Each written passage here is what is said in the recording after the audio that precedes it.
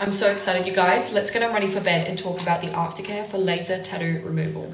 So this is what you shouldn't and cannot do when you have this removal on your body.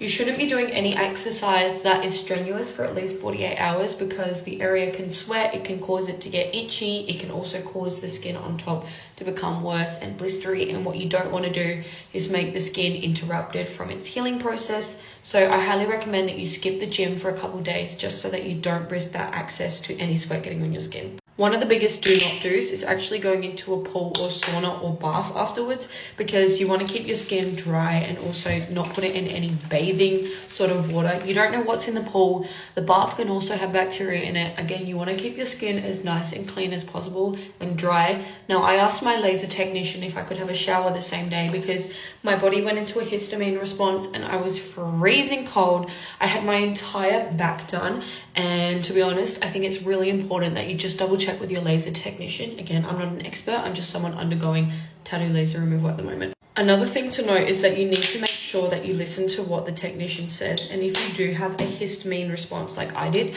get some antihistamines. I got Telfast, which is just an antihistamine. This one is 60 micrograms, I believe, or milligrams. I think it's micrograms. It's non-drowsy. It stops the itch from coming all the way up my back. And to be honest, this is like the only thing that's been able to subside the itching, apart from having a warm shower and putting on any aftercare gel, but I just find it so itchy at the moment. Also, not that anyone's going to do this, especially if you live in Australia right now, but do not be going into the sun and tanning on any of the parts of your body that you're getting laser removal on, and don't be taking antibiotics during the times which you are going to the laser facility, and you must tell them if you are on any antibiotics or any photosensitive medications. Because what it will do is if you go into the sun, what you're doing is you're actually damaging that top layer of your skin and also making it harder for your skin to heal.